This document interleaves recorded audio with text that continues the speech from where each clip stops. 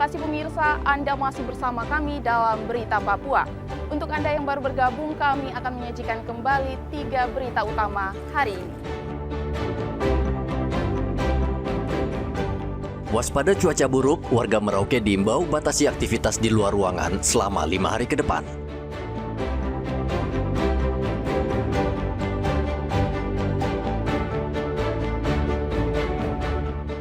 Tanaman cabai diserang hama, harga cabai turun karena petani panen lebih awal.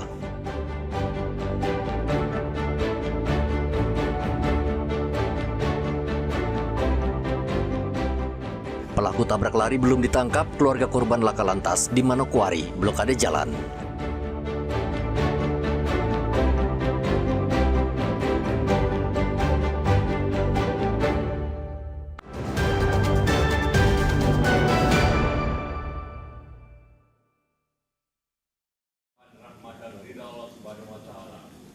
Ketua Umum Pengurus Pusat Dewan Masjid Indonesia Jusuf Kalla melantik pengurus wilayah di 4 provinsi di Papua di Aula Universitas Yapis Papua, Jayapura.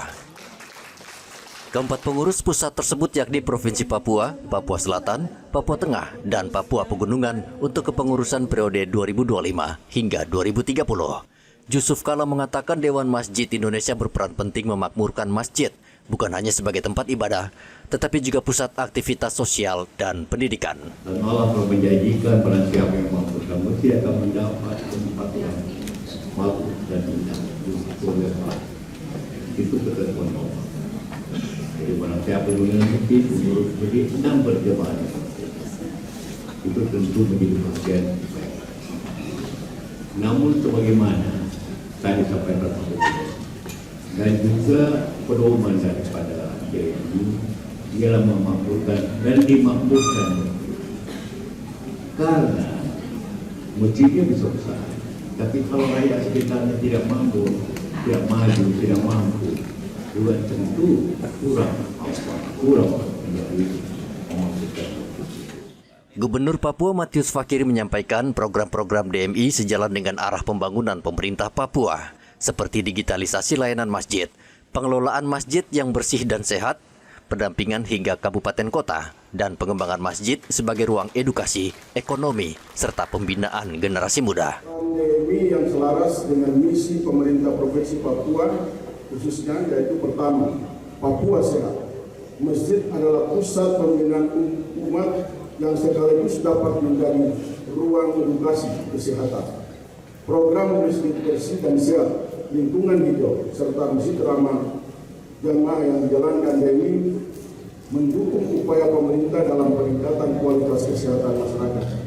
Yang kedua, Papua Cerdas. Melalui aktivitas pendidikan, dakwah, pelatihan tamil, dan pembinaan generasi muda, DMI berperan penting dalam meningkatkan literasi keagamaan dan sosial masyarakat. Jusuf Kalla berharap DMI dapat bermitra dengan pemerintah, lintas agama, dan berbagai elemen masyarakat untuk merawat semangat Bhinneka Tunggal Ika, khususnya di tanah Papua. Hendra dan Riantonai melaporkan dari Kota Jayapura, Papua.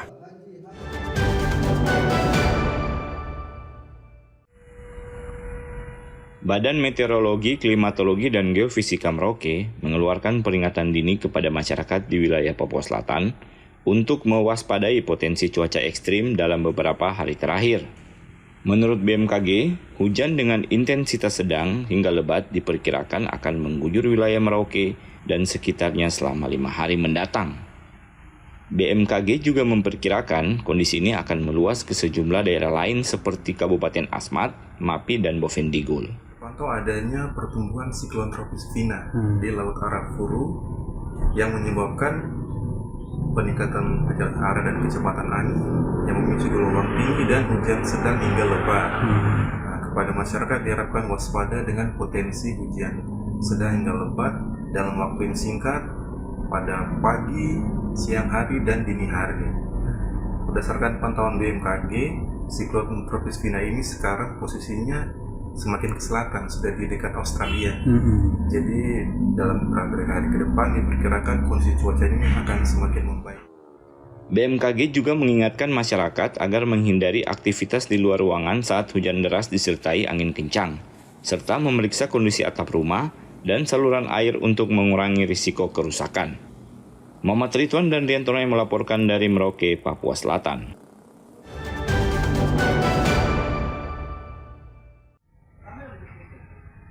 Minuman keras masih menjadi salah satu penyebab utama kecelakaan lalu lintas di Merauke, Papua Selatan.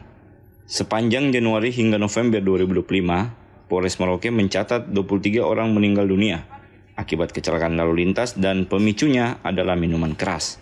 Catatan ini menjadi perhatian kepolisian untuk memberantas peredaran minuman keras di Merauke.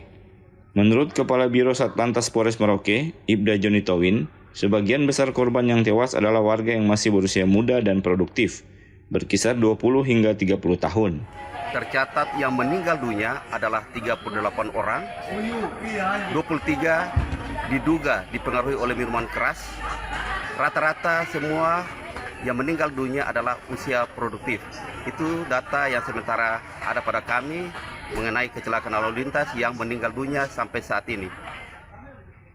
Polres Merauke mengimbau warga untuk mentaati aturan lalu lintas dan tidak mengkonsumsi minuman keras saat mengendarai kendaraan bermotor. Muhammad Ridwan dan Rian Tonai melaporkan dari Merauke, Papua Selatan. Pemirsa, informasi tadi sekaligus mengakhiri jumpa kita dalam Berita Papua. Saya Graciela Taime, mewakili seluruh tim redaksi yang bertugas menyampaikan terima kasih. Selamat beraktivitas, sampai jumpa. Wanyambe.